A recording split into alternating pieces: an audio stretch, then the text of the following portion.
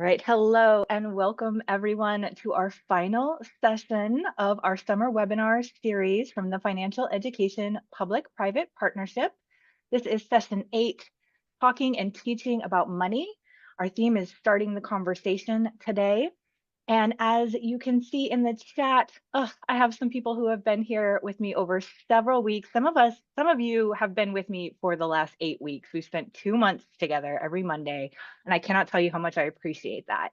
But you can tell the folks who have been here because they are signing into the chat.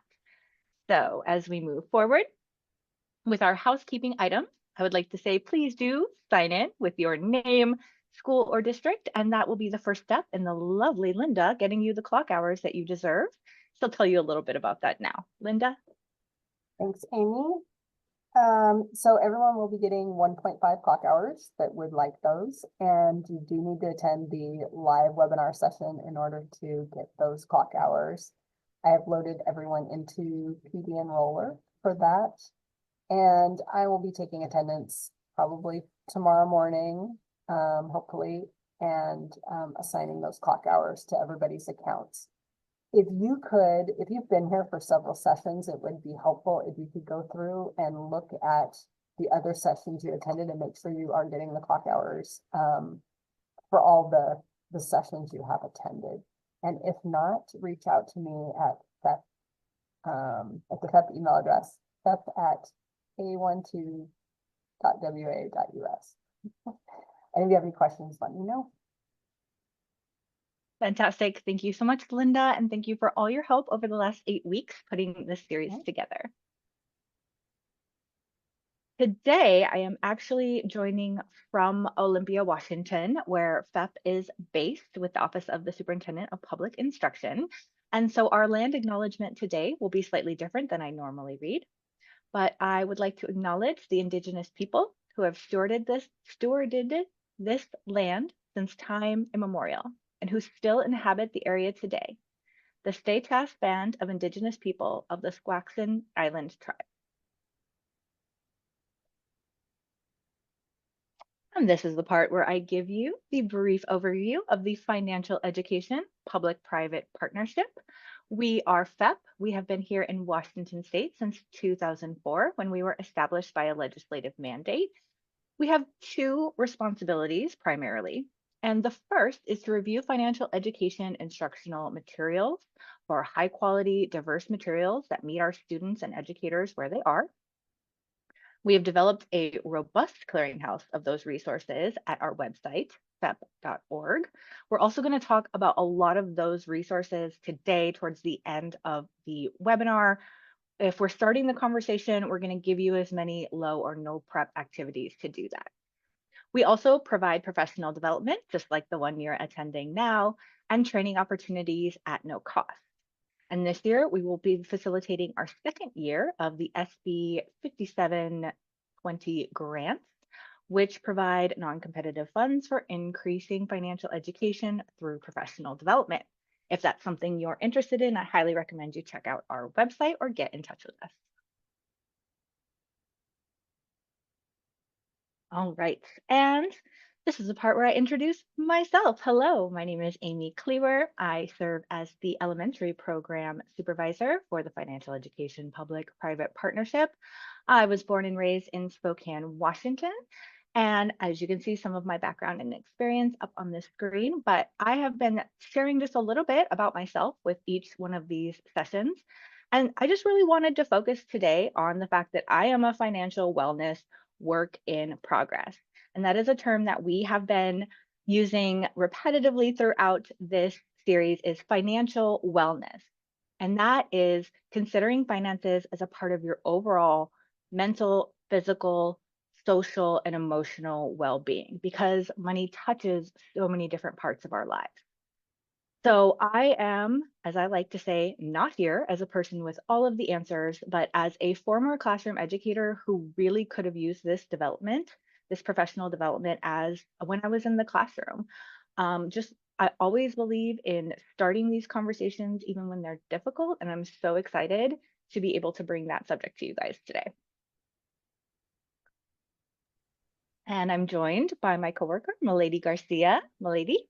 Thank you. Thank you, everyone, for joining us today for this last session of our summer webinar series. Happy Monday. Happy Monday afternoon. My name is Milady Garcia, and I am the Special Populations Program Supervisor for FEPP. I was born and raised in the Dominican Republic. I am a person who has Spanish as a primary language, and sometimes I stumble over words. Please forgive me if I do that today during this series, during this webinar, rather.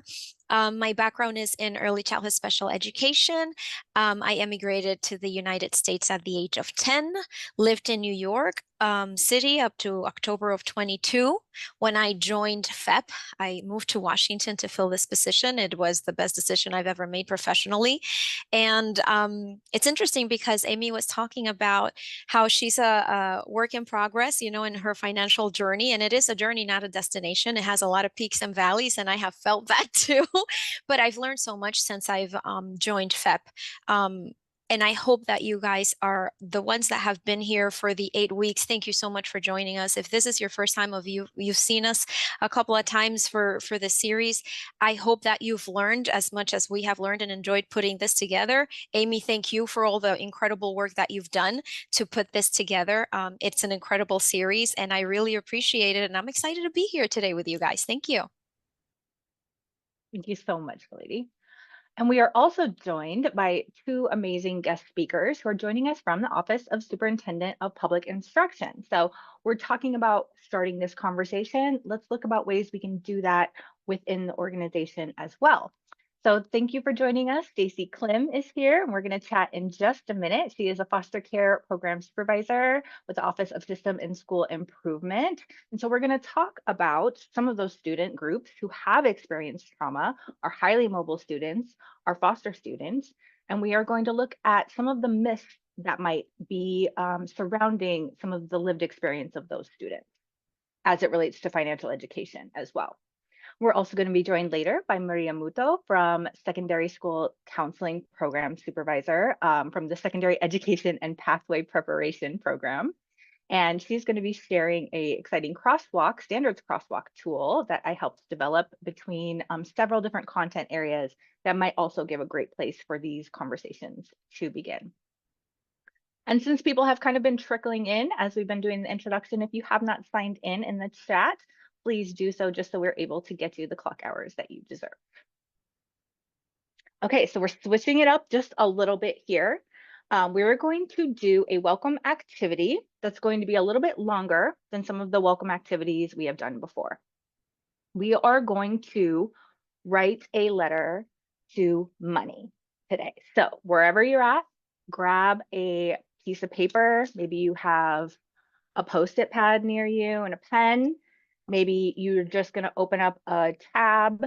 Google Docs would work. Maybe if you're at your computer and you're able to open up a Word document, that would be the way to do it. So we're going to take. Amy, you're muted. Sorry about that. Between 3 and 5 minutes. And we are going to write a letter to money. So the idea here is that dear money. There, I've given everyone our sentence starter. And I'm going to do this activity as well. So I'm going to be using my pad and my pen here. So what I'm going to do is go ahead and start a timer, and we're going to give, like I said, about 4 minutes. Now, I know, because I'm a former educator, that there may be some people who are just not able, maybe wherever you are, whatever you're doing right now, you're not able to engage. So I'm going to put a secondary activity into the chat as well, because I would love for everyone to be engaged during this part. So there's also a link there to a money behavior test from bradclounce.com. Now that is a website who will ask for your email address, just so you know. I have not received spam from them since I have done this assessment. But so now we have options. Okay, so here's our welcome activity. I will be quiet now so people can write, and we'll go ahead and get the timer started.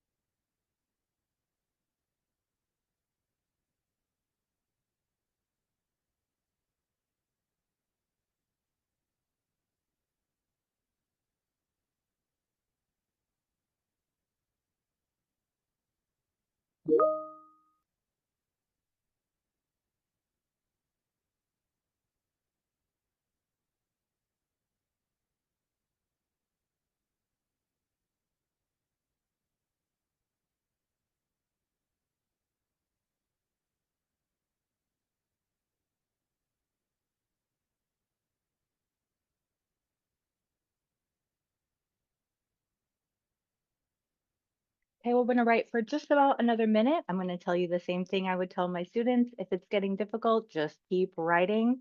Doesn't always have to make sense, and no one is going to see this but you.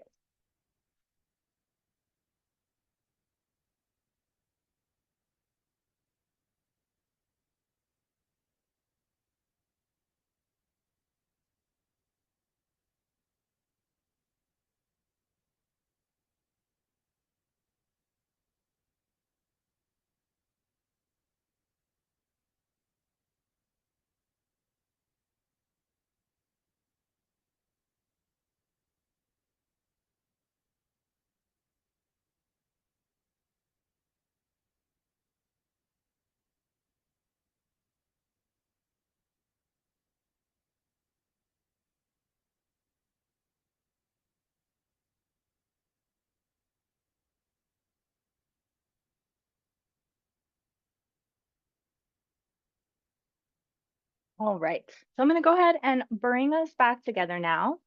And originally, I think the intention was to do sort of a breakout room, but just for time's sake, and because we're a little bit of a smaller group, I'm just going to go ahead and open this up to everybody if we can.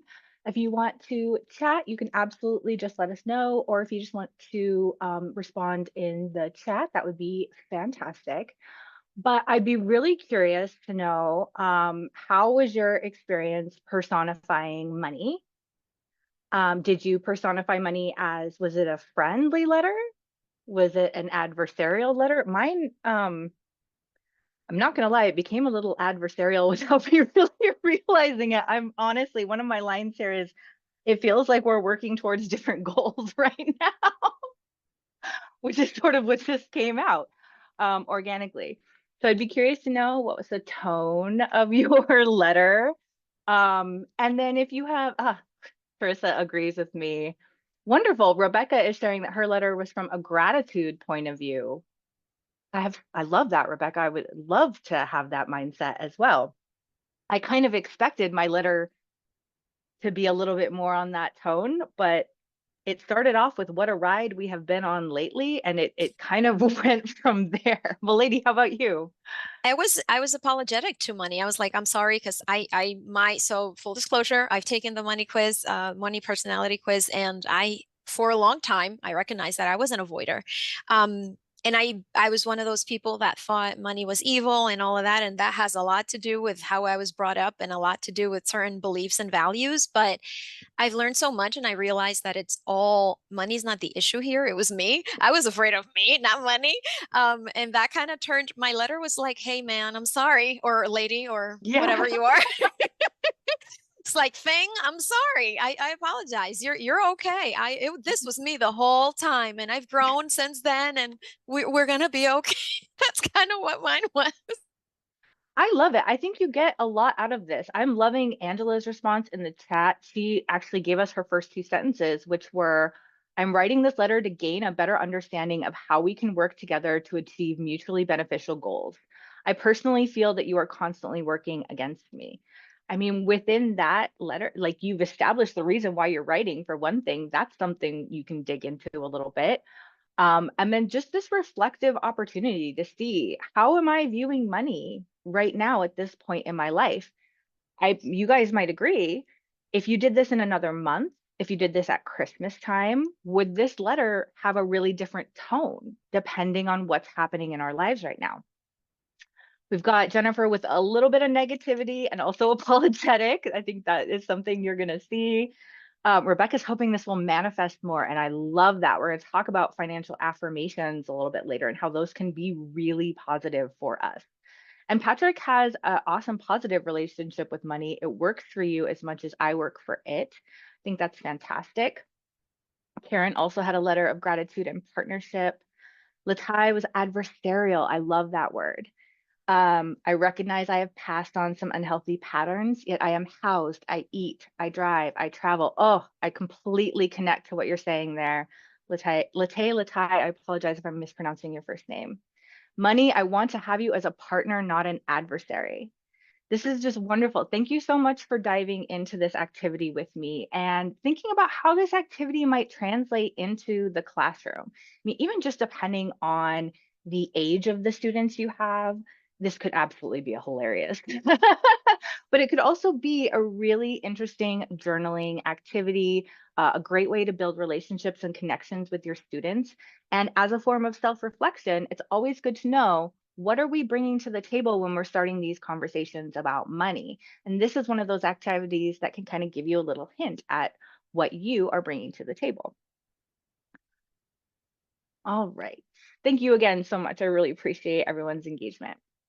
So we're going to start off talking about our trauma-informed approach to financial education. When we're talking and teaching about financial education, the overarching theme of this webinar series is trauma-informed financial education for every classroom, right? We're going to kind of review, or for the first time, talk about what the components of that and establish some definitions before we move forward. So this slide is from the Trauma of Money program, borrowed from an OSPI training on trauma-informed financial practitioners. And it recognizes that trauma can be a single incident experience. It can be an ongoing experience. An example of that, something that is happening acutely. I was just in a car accident and totaled my car, or my family is losing our house. That is an acute trauma experience. Whereas the ongoing could also be more of a chronic experience, right? A student who has been in the foster system for several years, or a student who is experiencing, grew up with little to no socioeconomic power for their whole life. Can also be inherited, and from our time in the womb, as epigenetics teaches us, it can come from the genetics of our background as well. And when we kind of hone in with financial trauma, right? It is a mind-body response to a highly stressful event impacting our financial well-being that we have difficulty recovering from. So trauma-informed financial education recognizes that, like, just giving kids content is not enough at some point. If we want to be able to reach our students, we want to kind of expand our idea of the context of their life. What is their background and where they're coming from? So we can meet them, as I said before, where they are. Some people will differentiate between like a little t trauma and a big T trauma. Like some trauma is more important or more impactful than other trauma. And I have heard that word, concept referred to as trauma competition. And I kind of like that. I think anytime we're experiencing trauma, we just want to try to acknowledge it and hold space for it. And with financial trauma, I feel like that's kind of come into the mainstream conversation a little bit more since the pandemic, because let's be honest, so many people, students, families, educators, communities were financially impacted by the COVID-19 pandemic and the years that it stretched on. So that is where I think some of the recognition of financial trauma and how it can impact us in our personal life is starting to really come forward. So here are some examples of financial trauma, although these are just very few examples, maybe some of the more common, like ones that you would think of. But if you were to list off, pretty much any trauma, a lot of trauma has a financial component, because by definition, trauma impacts all areas of our life, right? Physical, mental, social, emotional. Last week, we looked at the example of identity theft. Right? So identity theft is a financial trauma. It is a trauma and a financial trauma. You're going to be impacted by physically the stress of the situation, perhaps not being able to sleep, perhaps feeling unsafe. Mentally dealing with the many things on the to-do list of now clearing this, plus perhaps the emotional stress of the short and long-term financial implications of this now. So That is all to say, financial trauma goes beyond just economic hardship. In our first webinar, one of our guest speakers shared an experience with controlling an abusive partner who wielded financial control over that relationship. That is an example of financial trauma that you may not see so much in students, but they may see in other relationships that are modeled for them. So it's just things to be aware of. And I really like this quote from the University of Arizona. For decades now, the pervasive mindset across the country has been that if poor people just had the knowledge to make sound financial decisions, they could lift themselves out of financial despair. The idea was that with knowledge, low-income people and people of color would be motivated, have an aha moment about how to change their quote unquote destructive behaviors.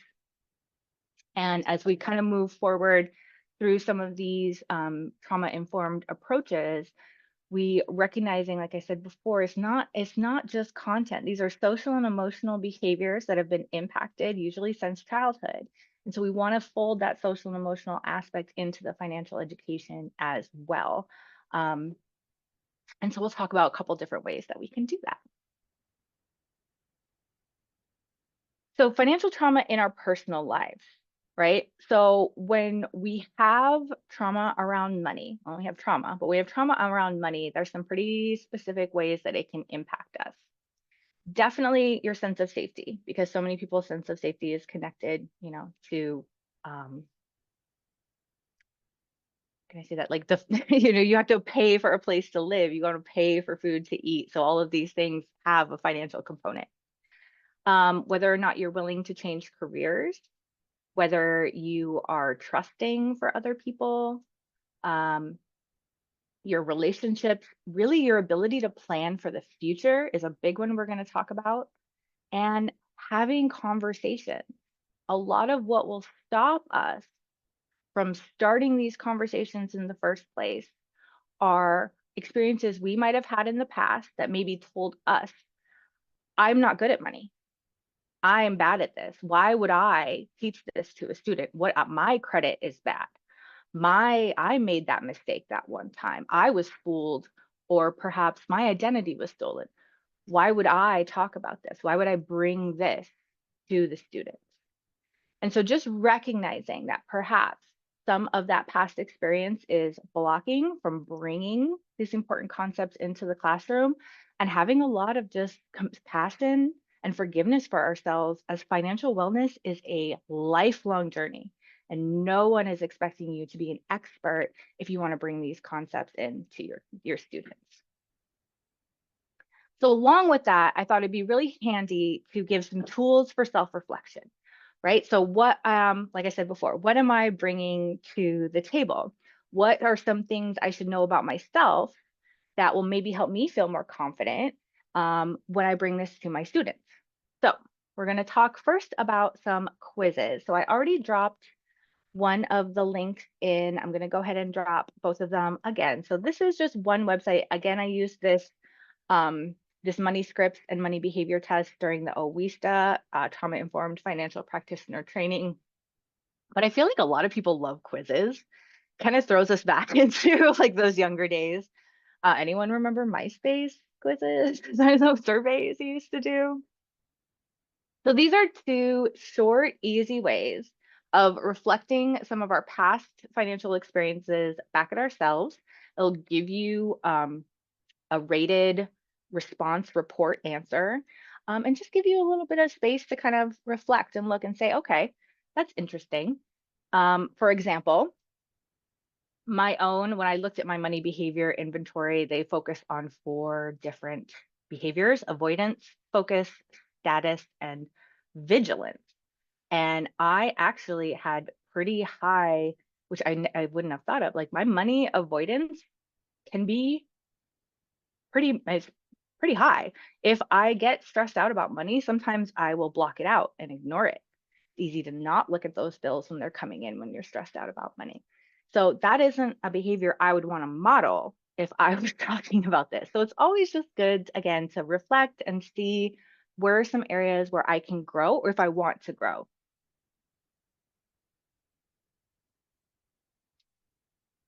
Another awesome component to what I would consider a trauma-informed approach is helping both yourself, you as an educator, and your students connecting with your future self. This is where the research, where there is research in financial decision making, a lot of it talks about the future self, because if you can connect to your future self, you tend to make better decisions, whether they're ethical, financial, physical, right? If we all, oh, we're not going to go there. So, connecting with the future self, trying to make friends with the future you, right? How many of us spend a lot of time like setting goals, even though goal setting is such an important thing in the classroom, right? If you're data driven, you're setting goals, but are we setting them and achieving them for ourselves? It's healthy for us too. So there's some ideas here for writing a letter to your future self, sending back a reply. There's considering things that might remain constant between you and your future self. And again, this could be for you. If you as an adult journal, this might be a fantastic journaling entry for you to dig into. Might be great for your students as well. But considering who is the future you and how could you treat that you better? How could you make decisions for that version of yourself? One way you can do that by clicking on this link that I just dropped in the chat and writing a letter to your future self. I'm actually going to hold a little space at the end of the webinar today where you can look at some resources, hopefully, and you would have some time to dig into this.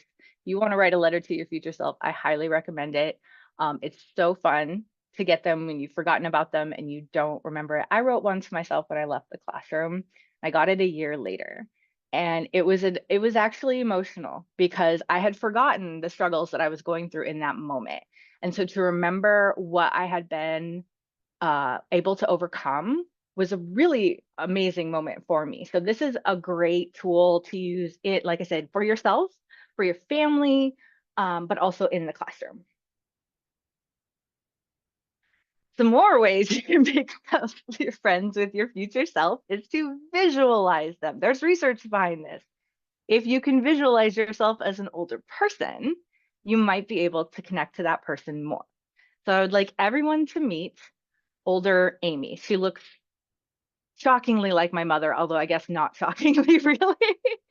This is done with a Snapchat filter. This is me. If you really, I mean, I think it would be a cool opportunity. Obviously, there's a lot of classroom management involved, but if you were to let your kids do it, it was this, just Google or search for the old filter and Snapchat. That's how I did this. Imagining yourself in old age, imagine writing a letter to that person. The research actually recommends that you would print this out or visually look at this on a consistent basis. The best would be to look at it when you're making financial decisions. I want to say Merrill Lynch, but I could be wrong.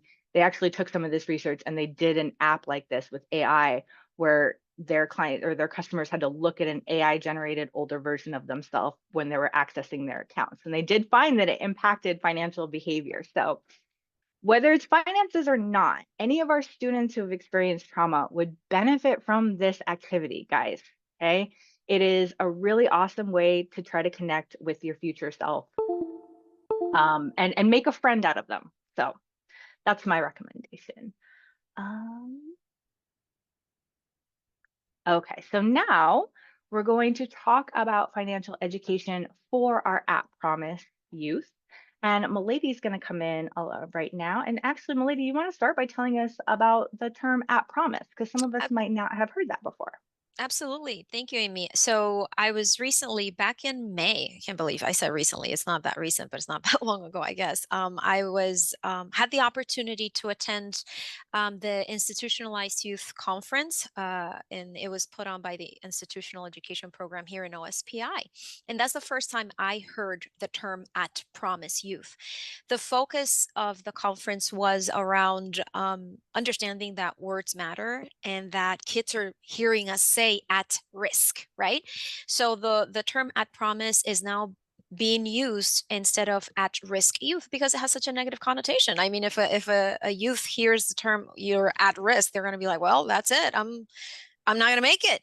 It sounds so much better to say, at promise, I see all the potential. I see all the hope. I see all the resilience in you, and I know you can do this. And it kind of just starts laying that foundation to have hope and have that self-efficacy and say, hey, I'm capable and I can do this. So Oh, that's where to that care terms come about your from. future self, perhaps? There you go. There you go. Making Exactly. connections. Exactly. And so most of our at promise students in Washington State are also coming from really economically adverse backgrounds. There are low income students, and for the first time ever in Washington, most of our students, just by 0.1%, are low-income students. And we know this because they qualify for free or reduced lunch. I mentioned earlier that I am the Special Populations Program Supervisor for FEPPP. And basically that means that I support financial education for students that are facing barriers to access education and educational resources other students access with ease. So those are going to be our students experiencing homelessness, our foster youth, students that are differently abled, students that have been impacted by the justice system, English learners recently arrived, migratory youth, or all youth that are highly mobile, all youth that experience difficulties to access high quality continuous education, basically. And most of them are, of course, students who are experiencing extreme economic hardship. And we have this graphic laid out to demonstrate the many different student groups that you focus on, but in reality, most of these bubbles would be overlapping in multiple categories, There's correct? a lot of cross alignment. A lot of our foster youth also experience homelessness at one point or another. A lot of our migratory youth, especially unaccompanied youth, and recently arrived youth who are English learners, if they are unaccompanied for a certain amount of time, do end up in the foster system. So there is definitely a lot of overlap between the categories. Thank you. So as we're moving forward, I would love to know in the chat, as we're looking at specific student groups, what students are you serving? Those of you who are here participating. So as we move forward into resources, we can be more targeted with our suggestions. So I'd love to know, do you serve, as we move forward, highly mobile students? So when we say highly mobile, Milady, what are we talking about? So we're basically focusing on our students that, as the slide shows, are experiencing involuntary mobility, and it's all due to economic impact, right? For financial hardship. So our on-home students are going to, of course, fall into that category. Our foster youth, who often experience multiple placements while in foster care, especially those that don't get adopted, and the majority of them don't. Our migratory students are a perfect example of that as well, because their parents are usually chasing crops, so that they can earn that wage. And one point that we want to make is that our military families or youth and students of military families are also highly mobile. They don't necessarily fall under their category of special populations because of adverse experiences. It's just because they are moving at higher rates, and every district kind of does their own thing in Washington. They have a lot of autonomy, and with good reason. But if you're used to learning about math in a certain way and you move to another district and they're doing a completely different curriculum, that can really throw you off and shake your confidence. So it can have an adverse experience or impact, rather, on the student's ability to learn. And I know in Arizona, where I did the majority of my classroom instruction, it was very common to have migratory youth in and out of the classroom. I didn't realize how common it was to have migratory youth in Washington until you Yeah. had shared with me some of the data on how high those numbers were. So yeah, we actually have the second highest population of migratory students, second only to California, in our state. Some experts feel that the reason why we are so high, because the truth is there are a lot of migratory students in states like Florida and Texas. Some experts say that they don't have such a good record keeping system in those states. Be that as it may, we have a little over 30,000 students that are in the migratory education program in OSPI. So it is still a very, very high number of students. And as we were mentioning, we're concerned because the more that they move around, the more their grades suffer. If we look at migratory youth, the fastest growing student group for the migratory education program is out of school youth. And this is something of great concern. Most of our out of school youth, I cannot say all, of course, but most of our out of school youth are choosing to work to supplement their own income and their family's income and resources.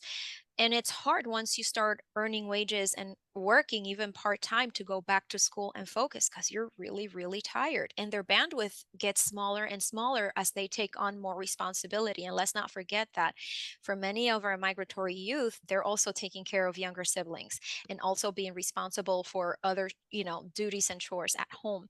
When we look at our unhome student population, the percentage of unhome students that drop out of school is 24.5%, which is shockingly high. And out of all our student groups and special populations, our foster youth have the highest dropout rate at 27%. So basically, once you leave high school without a GED or high school diploma, that is going to significantly impact your ability to earn a self-sustaining wage, which is why we're talking about that right now. We're talking about trauma of, financial education. It is an ongoing trauma if you're not able to meet your needs and wants with the income that you have. So that's why we want to make sure that we provide resources for our students that are having these experiences so that they understand that they have a lot of power, if they stay in school to achieve what maybe their people around them in their community or family members or caregivers were not able to achieve. We want to give them hope with the resources that we share with you today. And I think that is really what I would like to key in on, that word hope, because some of these statistics can seem very overwhelming. They Right. can seem very depressing, but there is a lot of hope out there. And one of the best things that we can give our students, I believe, to break generational curses is information, and specifically financial information. So Absolutely. let's go ahead and move forward. We're a little behind, so I'm going to move past the video, and we're going to head into some of our myths and facts with Stacey Klim. Thank you so much for joining us, Stacey. Sure. Thanks for Awesome. having me. Can you tell us a little bit about your role at OSPI and then your personal experience with the foster system, if you wouldn't mind? Oh, sure.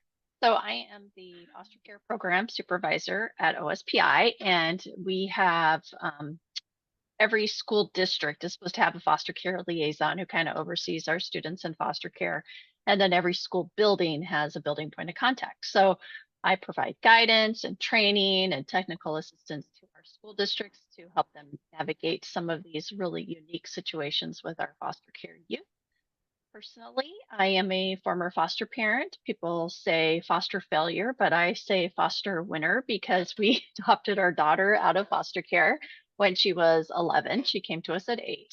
I also have a son who was born with a brain malformation, so he's got multiple disabilities. So, what some people don't know is about 45% of our youth in foster care are also identified as having special needs. So, both of those two together are kind of my passion projects: foster care kiddos and kids with disabilities. So that's why I'm here. Amazing. And I'm proud to be Thank you. Yep. Thank you so much. So let's talk about some of these myths that you and I have talked about before. And I've kind of posed a question in the chat as well. First myth is that kids are resilient. They're just going to figure this out. Yeah. We hear that all the time, right? But I read something the other day that resiliency is taught. It's not just ingrained. And I think a lot of people think, oh, it's just ingrained in our kiddos, but it's really not. These kids in foster care have been through a lot. And, depending on what that trauma looks like, depending on what they've experienced, they might just not have that capability of being resilient. They just might be in that survival mode. So to just assume that our kids are resilient because they're young and they'll figure it out, that just isn't going to happen for every child. And I asked the question in the chat, why do you think adults have this tendency to frame children's negative experience as temporary, because we do have a tendency to do that, don't you think? Yeah. Oh, it'll be Yeah. fine. They'll get over it. Yeah. Chris is right. To make ourselves feel better and keep hope alive, right? Yeah. Like we want to be like, oh, okay, they just went through all this trauma stuff. But if we just put them over here, everything's going to be fine. They're Mhm. resilient. They'll move on. Yeah, every article, every research article I've read is really focused on the brain, right? Mhm. Your brain is altered when you're in trauma. Your brain can't develop regularly when you have trauma in your life. So these kids, they have all this stuff going on. Their brain is being altered, and they're just they're not. Yeah, they're young. They're going to grow their experiences. Maybe they're going to forget, especially if they're little. They may forget what happened, Mhm. but that trauma that they experienced and how it has altered their brain is going to forever be in there, and they're going to have to work hard to get past it. And I just like the idea of too, I always use the example of responsibility in my classroom. But there's this thought that like you're either born responsible or you're born irresponsible. When in reality, we can flex that muscle of responsibility and build it up. And I'm just thinking of the same thing applying to resiliency. Like how empowering to think as educators, there's ways that we can teach and model resiliency for our kids. Like that's very cool to me. Yeah, yeah, it's very powerful. So what about this second myth? So DCIF is going to teach our foster care youth about managing their finances, right? No. So for those of you who don't know, DCYF is the Department of Children, Youth and Families, and that's our child welfare organization in Washington State. DCYF is really focused on finding these kids a place to live, keeping them housed, keeping them safe as much as they possibly can. That's their focus. They're not required, nor do they go out of their way to, try to teach these youth life skills or anything like that. There's all sorts of social workers. Some social workers may take time to, teach kiddos about something. Maybe they'll take them out for ice cream just to kind of build those connections with them. But really, our social workers, yes, are just as overwhelmed as our school staff is. So, to say, well, now you need to teach them about finances, it's just not going to happen. When you have a caseload of, 100 kids and you're just basically trying to get them all to survive in a home or find them a place to live, they're not going to spend the time to teach them about their finances. What about the foster parents? Wouldn't they be taking responsibility for teaching this? When, No, you know? no. And and I say this as a former foster parent, and also as someone who had a lot of foster care kids come into my home and tell me, horror stories. And Amy, we've talked a little bit about that. There are horror stories out there. There are people who become foster parents because it's a profit for them, right? They can get money. It's not a lot of money. They're not going to get rich, but they get money to have these kids in their home. And sometimes that's just what people do. They need the money, so they bring in the kids. Some parents don't. That's my husband and I could have cared less about the money. Our goal was to provide a safe home for these kiddos. But when you're trained as a foster parent, this is not even mentioned. You're not supposed to teach. You don't have an obligation, just like DCUF doesn't have an obligation to teach these youth about money management. It's just not something that they do or are required to do. Some may take that time, especially if you have a youth in your home for 2 or 3 years and they're becoming teenagers. That would seem to be a natural conversation. But if they're only in your home for a month and they're in 3rd grade, clearly that's not going to happen. Right. And like you said, there are great social workers, just like we know there are amazing teachers who go above and beyond as well and try to fit in, as much as they can. But it is just like being in education, it can be sometimes an overwhelming and thankless job. Yep, very much so. So there's this idea out there that some of these special population students have a ton of support, that there's a lot of, state agencies or organizations or nonprofits that are just lining up to help them. And that is a misconception as well. Yeah, it really is. I mean, these kids do have some support, you know, they do have some support networks. Maybe they have their family members who stay in touch with them and they are a support system. But the reality is a lot of our kiddos are in foster care until they're 18. And then when they turn 18, the state says, okay, we're done with you. And if they're in a foster home who's maybe doing it for money or just can't hold on to that kiddo once they turn 18, they need that extra money, then those kids are just out, right? They have no place to go. Right. So that's the scariest part to me is those kids that turn 18, they're still in care, and then they're just gone. They fall into Right. homelessness because they have nowhere to go, or maybe they're Right. couch surfing with friends, whatever their situation is. But they really don't know, they don't have those supports. And yes, that's true, Milady. They do have something in our state called extended foster care. It just went into effect, and they do get extra money.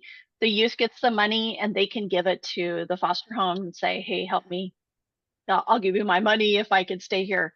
But the other problem with that is our youth don't always know these things.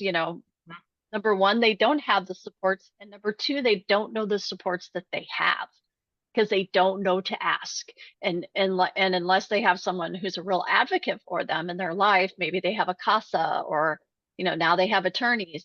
Unless someone really tells them, here's your options, here's what you could do, they're not going to know. And so they turn 18 and they get kicked out of their foster home, and they don't go to school, and they're homeless, and yeah, they don't have the support system like a normal. I hate saying normal. Normal is a setting on a Right. dryer. They don't have a support system like our non-foster care youth. And One it's, of, oh, go sorry, ahead, Amy. lady, go ahead. I One of was the just, things that I'm sorry, one of the things that I met with someone that's working with DCYF and extended foster care to learn more, because this just went into effect in June, at the end of June, I believe. And so I was like, well, what is it? How do you qualify for it? Just kind of trying to stay informed and learn more about the resources and how to support, students and youth in extended foster care. And basically what I learned was they don't, the youth in extended foster care don't have to be in school. They don't have to be in any type of apprenticeship program or in higher education. They don't have to be working. Most of them don't have any financial education background or any resources to manage their income. Um, and they're walking around. So I was like, okay, so how does this work? Do they get a check? Yeah, they get a check for $860. And basically, because most of them are unbanked, they're going to a check cashing facility and basically walking around with $840 in their pocket, going to wherever they're living with little security and keeping that money God knows where. And I was horrified because I was like, that's putting them at extreme risk. Like that's just a bad situation. And they were like, right now we don't know what to do. And I was like, well, that's a little scary. Yeah, I think that's and a lot I, of problem in our foster care system is legislators or people in the system think, oh, this would be a great idea, let's give these kids more money, but they don't really plan it very well. Yeah. manage the money is such Yeah. an important part. I helped a student apply for a scholarship. I wrote a letter of recommendation for one of my former fifth graders to go to college, which is crazy. And it was a requirement to apply for the scholarship was to do a financial education lesson from an online platform. And I thought, wow, what a cool idea that would be if we were integrating those two. The point I was going to make earlier when we're talking about homelessness and housing instability, because we've all probably observed the housing crisis that our state is in right now. And I've been shocked at the number of young faces that I'm passing by on the streets in my car. It's incredibly discouraging. And that is really where, when we're talking about, these youth will, in foster care, will find someone to explain it to them when they're ready.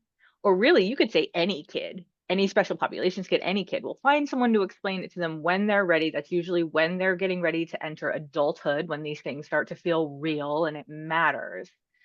But by that point, a lot of our foster youth are already perhaps traveling down these foster to homeless or foster to prison pipelines. Yep. Yeah. I mean, how do they know when they're ready, right? They don't know when Mhm. they don't have a support system that says, you know, hey, when you're around 15, you should start learning about money. So Right. it goes all back to that. Um, they don't know when they're ready until it's happening to them, until they're out on the street, or maybe they want to go to college and they don't understand how to even apply for college. They don't understand that there's scholarships. When they are ready.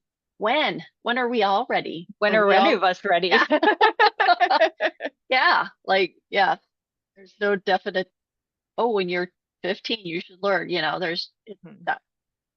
And I should note that when we say foster to homeless or foster to prison pipelines, that's not just like a colloquialism that we're throwing out. Those are data-based statements. Milady, I know you have done some work on that. Absolutely. So the most recent data that I have, the research shows that about 44% of our youth in foster care experience homelessness by the age of 17. That number used to be 37%. Now it's 44%. And youth who have experienced the child welfare system are 2.5 times more likely to be impacted by the justice system. And there's a direct correlation between the more placements that you have while in foster care, the higher that likelihood of experiencing the justice system will be. One statistic showed that a youth that has had 5 or more placements while in foster care has a 90% likelihood of being incarcerated. And Yeah. I was speechless when I read that one. Yeah, So well, I good. mean, think about it. It's pretty explanatory, right? You're a kiddo, you're bounced around from home to home. You start to feel like nobody loves you. You have no support system. You have no one. And then before you know it, you're tired of these foster parents with their rules. I had some kids come into my home and they'd be like, "What are the rules here?" And it was like, "What rules?" But they're used to that. Like, kids are, they come in the house, you're going to take out the garbage and you're going to do the dishes. There are rules. And teenager, who here was sick of rules when you were a teenager? I was, right? So they're going to rebel against that. Then they're going to run. We have a lot of kids who run from placements. Maybe they don't feel safe. They're scared. And you're out on the street. What are you doing? You're trying to survive. Does that mean you have to maybe commit a crime like not rob, but like shoplifting food to survive? Yeah, then you're a criminal, right? So it's just a progression for these kids, and it's heartbreaking. Absolutely. So with all of that, with all of those heartbreaking statistics, with that experience, there's no point in teaching foster youth how to manage their finances. False. False. Myth. Total myth. Let's Total teach myth. them. Let's Something we teach them should early on. Yes. And part of the video we didn't get to show said, and I repeated it here, is that we should all be invested in everyone's children. You're here as educators because you're invested in the next generation. You're invested in the future of our society, of our economy, right? And we're not trying to sit here and put the load on you. We're not trying to sit here and say, it's up to you guys to save all of the foster students. That's Right. not what this presentation is about. What we are saying is that you can leverage the unique opportunity you have to see these kids at school, hopefully every day, with discussions, with stories, and other little seeds can bear big fruit in the future that we can't even anticipate at this moment now. We never know what information we sprinkle out there that kids will latch onto, remember. And Milady, I know you always say that youth in foster care are hungry for this information. Absolutely. And one of the things that I keep hearing is, a lot of them have this sense of hopelessness, and that's what Stacey was kind of, mentioning earlier. When they find someone who sees them, who cares and sees potential in them, it's like a light bulb moment, and they will do everything for you. You will be the teacher that makes a difference for them, because oftentimes they feel like, well, nobody loves me. That's why I'm in this situation. Nobody cares about my well-being. Why should I care? Why should I try? Why should I try to stay out of trouble? It's not going to matter to anyone, and it doesn't matter to me. just being able to have an adult reach out to them and make that connection and say, hey, I see this potential. I see how good you are at X, Y, and Z. I think you would be great at this. Have you thought about that? Because I can see it in you. You're kind of injecting your own belief that you have for them to them. And sometimes we have to do that when, with kind of critical cases, like the cases of our students in foster care, on home students, and students that have experienced the trauma of being in the child welfare system, the trauma of being in the, justice system. They do need someone to kind of inject that belief into them, because they don't have it in themselves.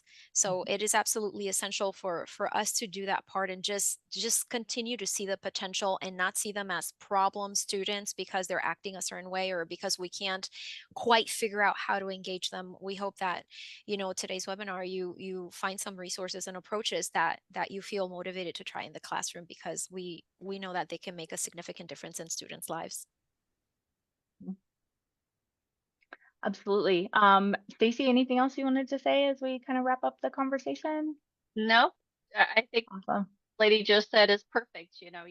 We're not saying teach these guys this information. We're not putting it all on you. But if you do have this opportunity to just, even have lunch with them and have a little chat with them, I think, this will really help them. So as they leave foster care, maybe on their own, they have some sense of, hey, I need to figure out money and my finances and survive. So And I just want to put a little bit out there about that bullet point that says that students from disadvantaged categories benefit the most from financial education. So that is research out of NEFI. I want to say that's correct, Milady. And that is overall looking at the increase in content knowledge and skills from financial education. You can see a gain in specific areas, such as repaying college debt, not letting accounts go into delinquency, or switching from high borrowing methods to high cost borrowing methods to low cost borrowing methods. And what they found was within students from disadvantaged categories, they had the most gains in the area compared to, I guess I would say, their regularly advantaged peers. And so I also in the chat dropped kind of NEFI's, what do we want to call that? It's their roadmap ecosystem. to financial wellness, or the ecosystem to financial wellness. And in fact, it shows it's a visual of the three most important factors according to NEFI, and they're experts, so I'm going to go with it. That impact financial well-being. So, Milady, some final words on why financial education is so important for our at-promise youth. It makes a difference. It will change their lives. Like, it is absolutely 100% going to change their lives, because we are exposing them to resources and tools and education that they're not getting elsewhere. A lot of us kind of picked up something, from our parents or from our communities, but our at promise youth are not stable, usually long enough in any one place to kind of pick up on those things. When they are stable, often in a place for a duration of time, sometimes the caregivers or the parents, if they are staying with biological relatives or parents, have not learned this themselves. So a lot of people assume that they're picking up, on this at home, that they understand credit, that they understand the importance of being banked, that they've been to a financial institution. They haven't. So let's not assume that this is being done by the next person or whom we think is the logical person, because it's not. For our at promise youth, we are the person for them. So it's so important for us to dedicate and hold space to having these conversations with all students, but specifically for our at promise students, because they're not having them anywhere else, basically. Anywhere else. Yeah. Amazing. Second everything the lady just said. These kids need it more than any other kiddos. And, if you have that opportunity to help them through that, that will be life-changing for them. It may be the difference between surviving, on the street, or, being able to be housed and have a future. So yeah, it can be life-changing. So let's talk about how we do it. Let's talk about where we start these financial conversations. Let's talk about ways to start building these into our classroom. But remember, I am a former classroom educator, and I am not going to sit here and deliver you guys a bunch of content that would make your life harder, particularly my elementary educators, because I know how much is on your plate. All educators have a full plate. Elementary educators in particular are teaching their children, how to be humans, and also how to read and write. So I would like to just preface this part by saying I am going to deliver you as many no or low prep resources as I can. I pride myself on that because we at FEPP want our resources to be teacher centered. Okay, first thing I need you to remember, you do not need to be an expert. You do not need to have perfect credit. You do not need to have a stacked savings account. You don't need to have your mortgage paid off to start these conversations. Financial wellness is a lifelong journey. What you're needing and wanting from money, even the letter we wrote earlier, could change month by month, year by year, career by career. So just keep that in mind. Give yourself grace. Anything you do is going to be more than a lot of these kids are getting. We're going to talk about short discussion or story-based personal finance activities. We're going to talk a little bit about integrating financial education into classroom management. Now, if you haven't, I highly recommend that you would look at our session 2 on our FEPP YouTube page, Building Credit Confidence. That is the session that really dives into using financial education as classroom management with Tim Rhodes, who is one of our FEPP financial fellows. He has designed a classroom economy as well as a classroom credit system. And those slides will be in, like I said, session 2, Building Credit Confidence. And we're hoping to have Tim back in the fall for a more in-depth version of that webinar as well, because there was a lot of interest. We're going to talk about inviting representatives from financial institutions into the classroom. I think that's the lowest list. All you have to do is find them, and then you get to sit for a little and just manage. Also leveraging school counselors and or the high school and beyond plan. Maria Muto is here, and she's going to talk about a crosswalk, standards crosswalk that FEPP participated in that looks at a lot of different content areas. I'm going to give you some ways to gamify this financial education instruction. Yes, absolutely. I love the comment from Teresa in the chat. Find these, when you're inviting representatives from these financial institutions into your classroom, look for ones that look and sound like your students so they can see themselves reflected back. And also, Milady's going to talk a little bit more about curriculum, financial education curriculum that have been specifically designed for our special population students. And you got to think, if they're designed for the special population students, they cover everybody. That just means they go into more depth on specific topics. It doesn't mean that our students that wouldn't be designated special populations can't learn from these amazing curriculums too. So that's just something to think about. All right, so let's dive into some resources for talking and teaching about money. First, how many of you guys use Frere model? Anyone use a Frere model in their classroom? Normally, these are used to break down vocabulary, domain-specific vocabulary, right? We can talk about what does it look like? What are synonyms? What are antonyms? Examples, non-examples. So a great way to start is to talk about what does it mean to be wealthy? And some shades of meaning here too. How is being wealthy different than being rich? What would that look like? What would that feel like? For some of our students, that's going to feel like a roof over my head and a plate full of food every night and a warm bed to sleep in. And for some of our students, that's going to look like Christmas vacation at Disneyland every year, and every student's going to have a different response, but being able to share these ideas, to open up these contexts and have discussion about what does it mean to be like morally wealthy versus physically wealthy, right? There's a lot we can dig into here, and it's a great just discussion starter to get kids started to think about, well, when I say I want to be rich when I grow up, what does that actually mean? Do I want to be rich? And if I do, why? What does that mean for us? Is that the end result, the end goal of financial education? I would say the end goal of financial education is financial wellness, where your finances are at harmony with other parts of your being. But I think it'd be a great discussion starter. Some other no prep discussion-based activities. And I got some questions for you guys. Been wondering where the quiz was in this one. Here we go. So what we have on the right are examples of the NGPF question of the day, which I've linked there. They have an entire database of questions. They come just like this. You can click on one, you can provide an answer. They'll also give you a little bit of research and linked resources if you want to dig into it more. So let's talk about it. How much can a creator on TikTok make if their views receive if their video receives 1 million views?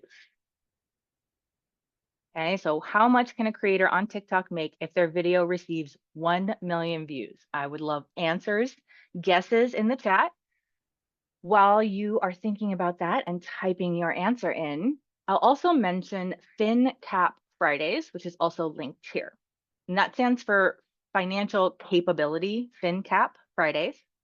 They're hosted by Yaneli Espinal, which we always love to see. Female hosted financial education. I think women aren't represented a ton in finances sometimes, so that's a great model. It's 5-question quiz with short videos.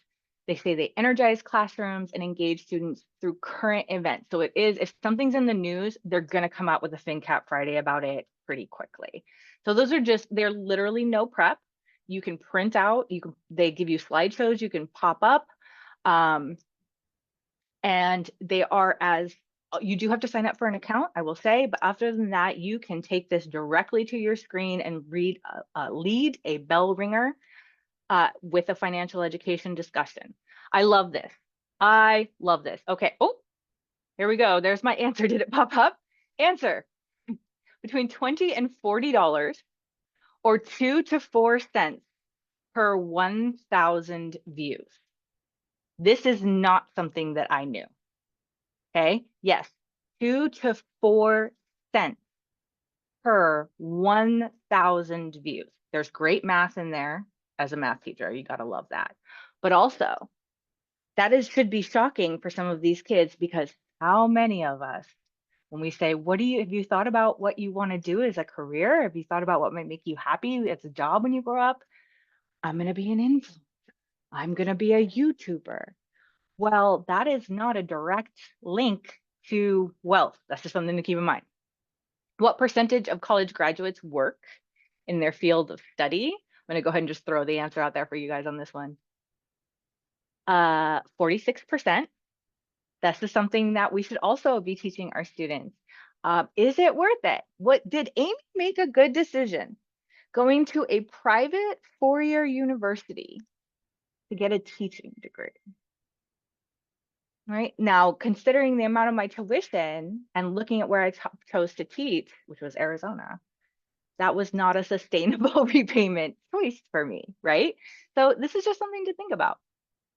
And if a single person takes the standard deduction, taking the standard deduction makes $40,000, how much will they pay in federal income tax? Milady, give me an estimate. How much money are they paying in taxes on 40,000? Can I give you a percentage? Sure. I'll say 8%. You're gonna make me. Hey, do you math, said you huh? love math. I'm gonna make you do it. I know. I was gonna do it in my head, and now I'm feeling the pressure. Okay, so that would be like 3,200, which I thought, but I was afraid to be wrong. So let's check it out. You were actually close. So the standard deduction is just under $14,000 now, which has gone up since last year, just so everybody knows. So yeah, you'd pay about $3,000 in taxes, which is really close to 8%. Nice job, milady. Thank you. Okay, so again, this is short. These are no prep. They're short discussions. We're not saying dig into every single concept, but if the kids are interested, run with it. But again, no prep, low prep, discussion based. Would you rather? Here we go. Would you rather questions are also so fun for talking about discussion. Guys, would you rather make $100,000 investing in Bitcoin or make $50,000 investing in a business that helps the environment? Well, inherent in this question is the concept that Bitcoin is bad for the environment, which some of our students may not know. That's a great discussion point as well. Get into some social studies standards there. But what do you guys think? What would you rather, Bitcoin or environment? I personally would have to go with the environment one, even though I would make less, because that is something that really, really matters to me.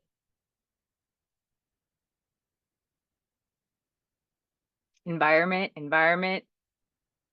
Second choice, thank you. Lady. So the kids though, right? A kid who's having a different lived experience would also have a different answer, right? So this is a great time to not only answer the question, but allow for discussions that hold space, social, emotional discussions that say, well, I disagree because, or I have a different experience because, and we're then practicing respectful interaction, respectful discussion. One more. This is an easy one. Not easy as far as, but it's like a pretty easy question. Would you rather have tons of money and no free time, or a lot of free time and very little money? Right? And this is a great question, maybe to lead off, like, you know, if we're talking about your jobs, your jobs kind of unit, right? Your employment unit. Like, what do we want to be when we grow up? Well, let's think about it. What would you rather have, right? Would you rather, Chris is going for the free time, less money. I wonder if there's like a graph that would show the older you get, the more you're just like free time. Most people are voting for free time. I love that. So I've linked 3 different websites here that have financial would you rather questions. Some of them are going to be, there's a range of complexity here, but even among like your PLC, it might be a fun conversation if you're going back to school and they're making you do a like a icebreaker activity. Ask them that from a couple sessions ago where he said, would you rather have the $5,000 like a $2,000 gift card or 5 minutes to grab anything you want? And we had a very lively discussion about that as to, I'll include that in the resources. So great ways to have lively discussions with kids. So here's another one, right? How many people may have been in the investing webinar for this one?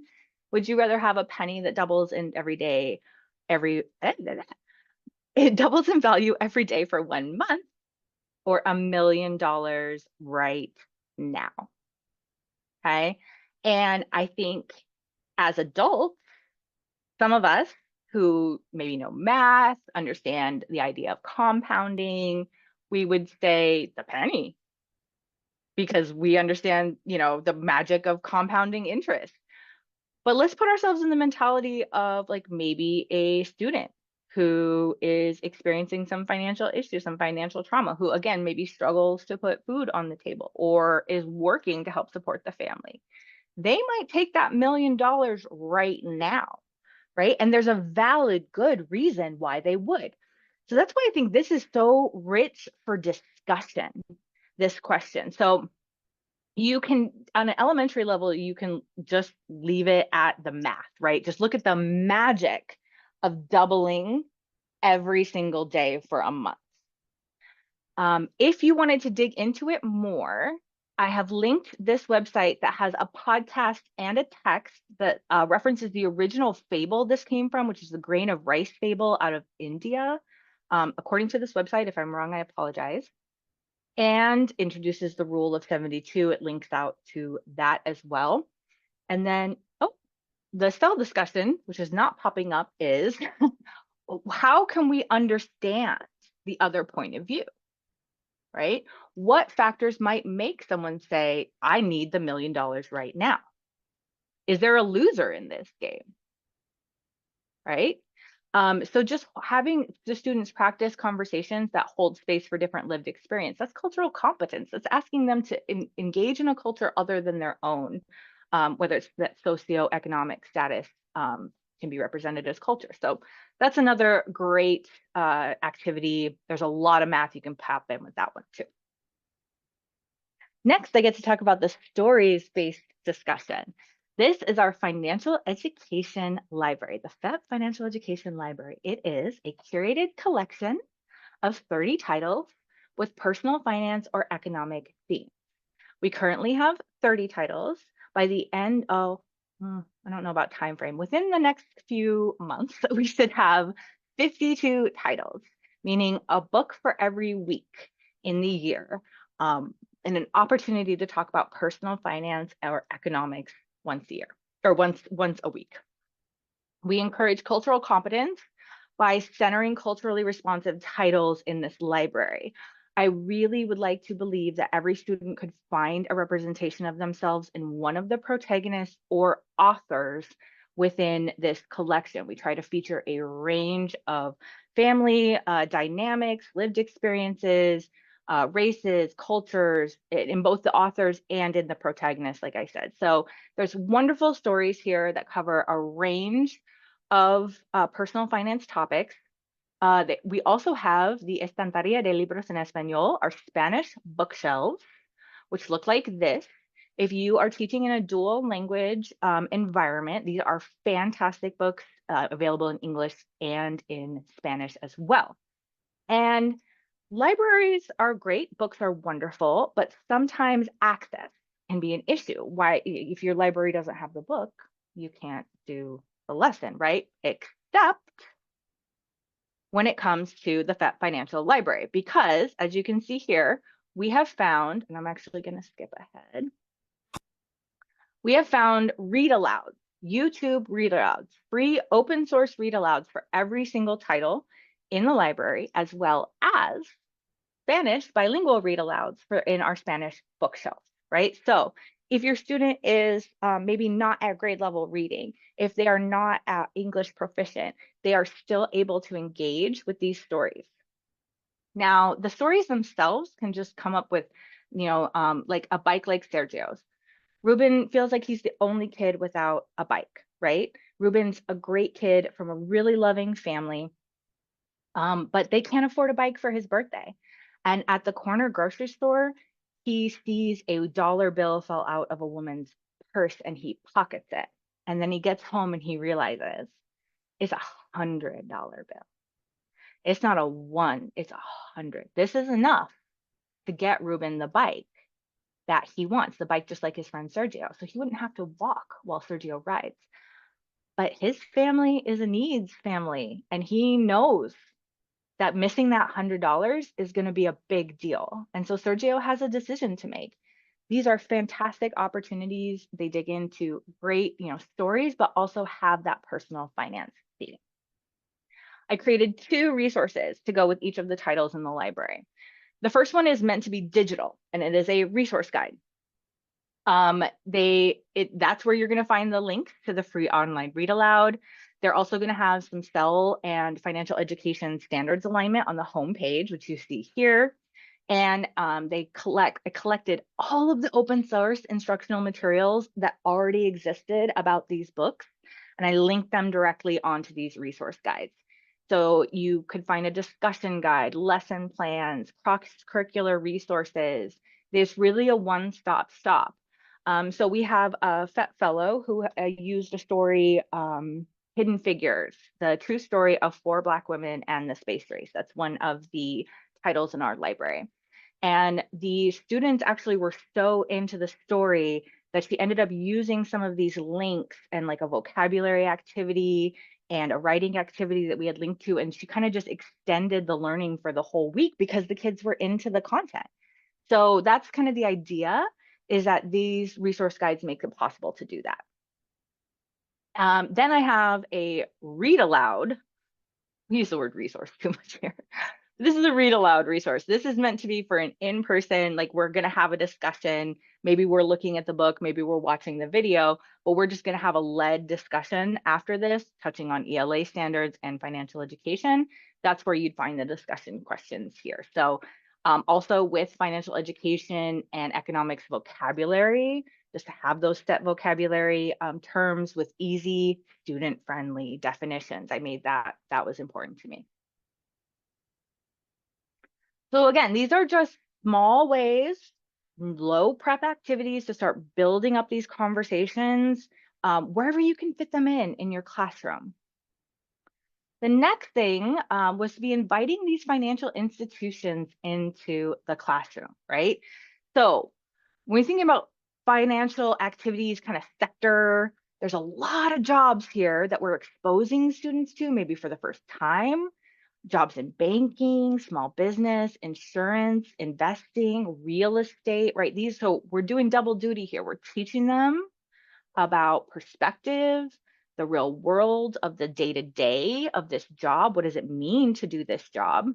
And also kind of making finances more approachable to some of our students who may, maybe they have families that don't trust banking for a multitude of reasons, or privacy reasons or anything. Well, this is an opportunity to sort of reset that, to maybe build some trust, particularly like I believe Teresa pointed out in the chat, if we can invite in representatives who look and sound like our students look and sound, where they can say, oh, like I could do that job. I could see myself doing that job.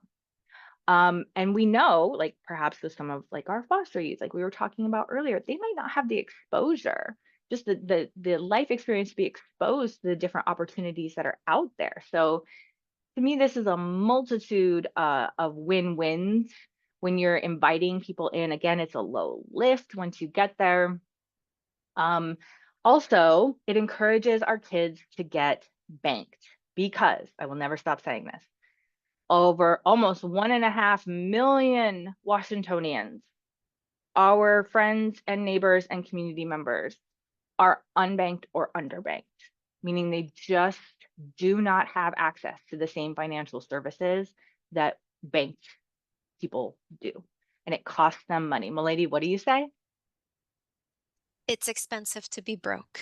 It's very expensive to be broke in our country.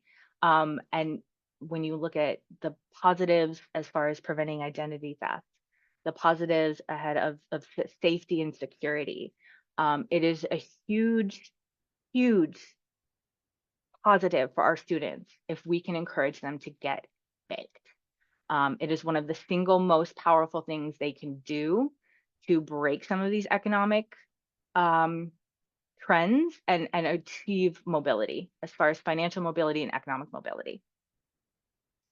If you're like, I would love to do that, but I don't know who to call me, because I'm going to hook you up with our friends at FENWA, or with a partner from FEPPP, or with some other partner organization that can help you find, we are a public-private partnership. It's what we believe in, and we're happy to help.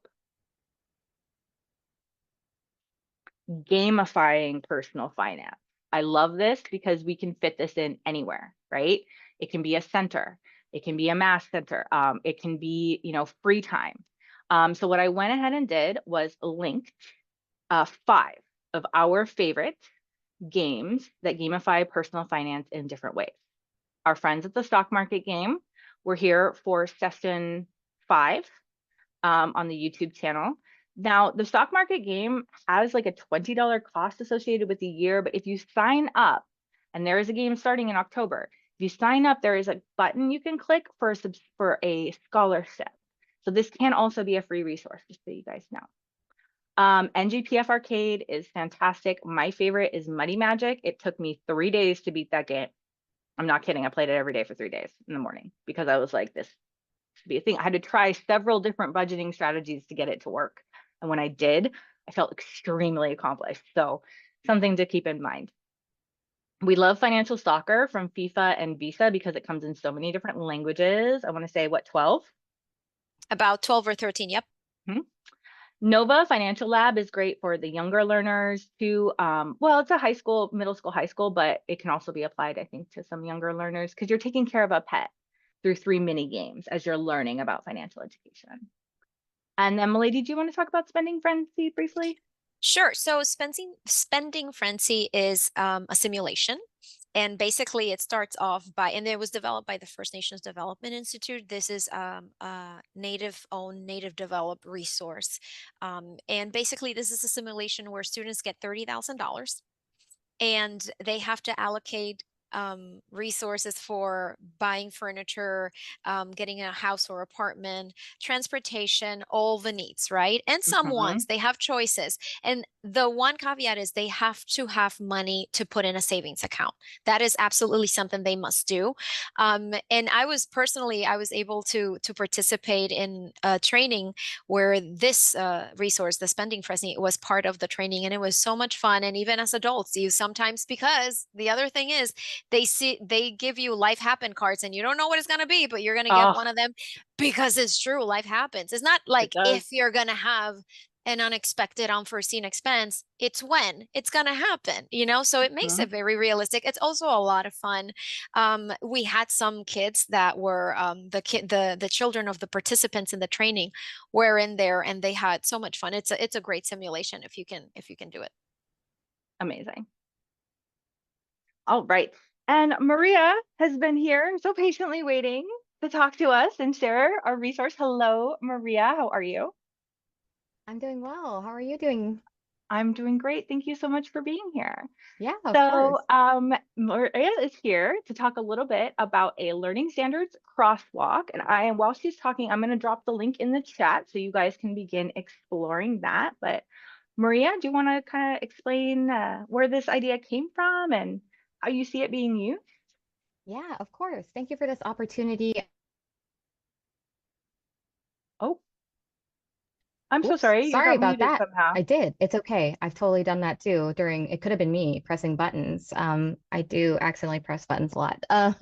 I missed the beginning of the webinar. Sorry, y'all. I think I was in the wrong space, but glad to be here right now. I'm actually the Secondary School Counseling Program Supervisor at OSPI, and this crosswalk tool originated with the a few new folks being hired at a few different agencies, and getting used to that new environment of being a part of an overarching organization that's supporting folks at the district level from state levels, all looking for ways to connect. So Amy actually reached out to my now former colleague, Kylie Massey, who was the Elementary School Counseling Program Supervisor. She's now returned to a building this year, but Amy reached out and shared the SEL crosswalk with FEPPP and with the financial education standards, and her excitement with the idea of anyone who wants to collaborate. And if you know school counselors, you know that we love collaborating. You're going to find a hard time for us to deny any opportunity to collaborate. And when we talked with Amy and met with her about including financial, or just about financial education and what she was doing, I have to admit, I did not know a lot about financial education in the state. But hearing her speak, and as we chatted together about this opportunity to collaborate, or the idea of like, oh, we want to collaborate, drawing the connections between SEL, trauma, and financial education just was setting off fireworks in my mind. I started making all of these new connections that I had never, ever thought of before, and started thinking, how can we be supporting more of these partnerships where you're connecting learning, and students have way more opportunities to have those seeds planted because they're getting it in more than one content area, really focusing and leaning into that content integration, and also providing more opportunities for school counselors to see themselves participating in classrooms and being a part of that daily life of students, and not just the person who kind of comes in sometimes. So this crosswalk tool is right. I think we have the preview up now. Excellent.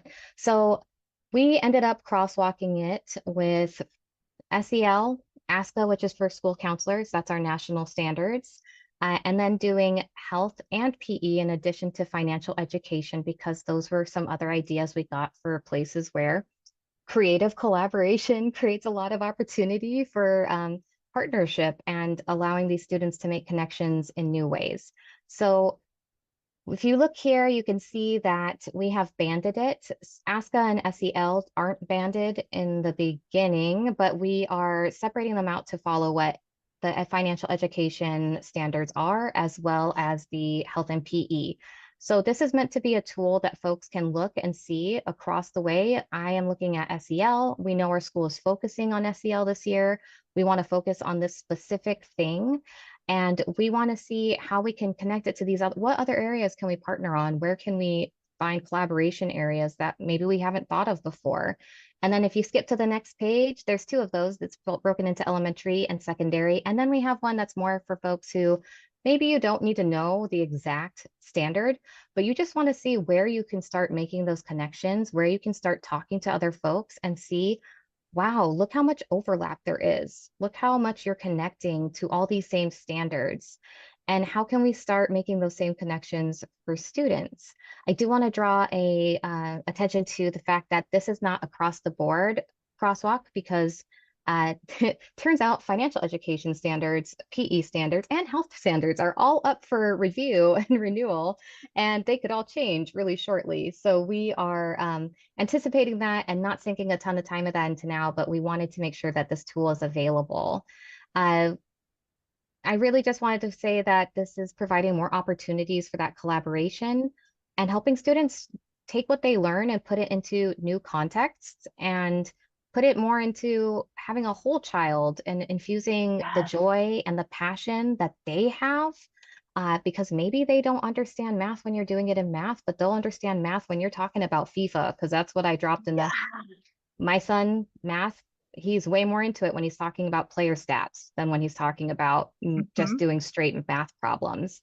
And so really leaning into that in schools as well, like where can you find those opportunities where students are lighting up, because it's not always going to be in the same spot, and building those opportunities to plant those seeds, see where they sprout, and draw those connections in building hope, because really having the students make those connections and grow those seeds is what's going to help them understand why what they're doing now, why what they're learning now is going to help them in the future. We know their brains aren't developed that way yet, but when they get there, they're going to understand it, and we're just planting those seeds for later in some cases. But we can't assume that they understand, especially post-COVID and that entire shift to our society. We can't assume that they understand the connection, and really intentionally drawing that out and providing more opportunities. And I just like word spit all over because I know we're running a little bit behind.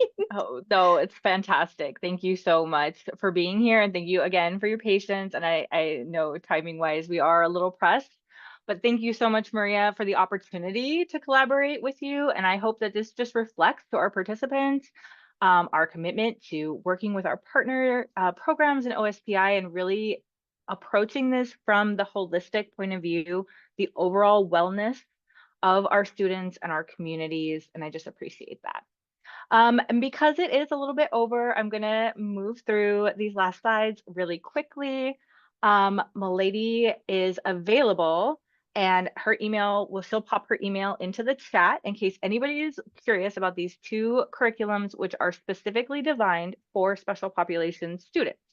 The first is the Annie Casey Keys to Your Financial Future. I have dropped links to some of these participant guides in the past, and they are fantastic. We also have experience. Milady is trained in building Native communities, which is amazing curriculum for our Native youth. So she would be the person to reach out to if you're interested in any of those. Thank you so much to our special guests who are here today. Thank you to everyone who stayed for an additional 4 minutes, because you know I do really like to end on time. So this is a little bit of a killer for me, but I really just appreciate that everyone is still here. Thank you so much. I want to say a special thank you to the participants who have joined multiple or all of our sessions since we started the first week in July. It has been an honor to spend time with you, to talk about trauma-informed education, to talk about the importance of financial education. And I hope that what you walked away from was more confidence in bringing this into your classroom, because there's no reason not to have these conversations. They have so much power in them. And with that, I want to say thank you very much. All 8 sessions from this series will be on our FEPPP YouTube page. And thank you. And I hope you all have a wonderful evening. If anyone has any questions, we will go ahead and stick around. But thank you so much for your kind words in the chat, for everyone who filled out the feedback and helped us improve this series as we went along. And for all, again, thank you for your kind words. This has been such a passion project for me as far as the topic and the approach, and the way it was received was so Wonderful. So again, thank you very much. Thank you from FEPPP. We hope to see you at future trainings and that you'll get in touch if we can help you with any of your financial education needs as you approach this upcoming school year.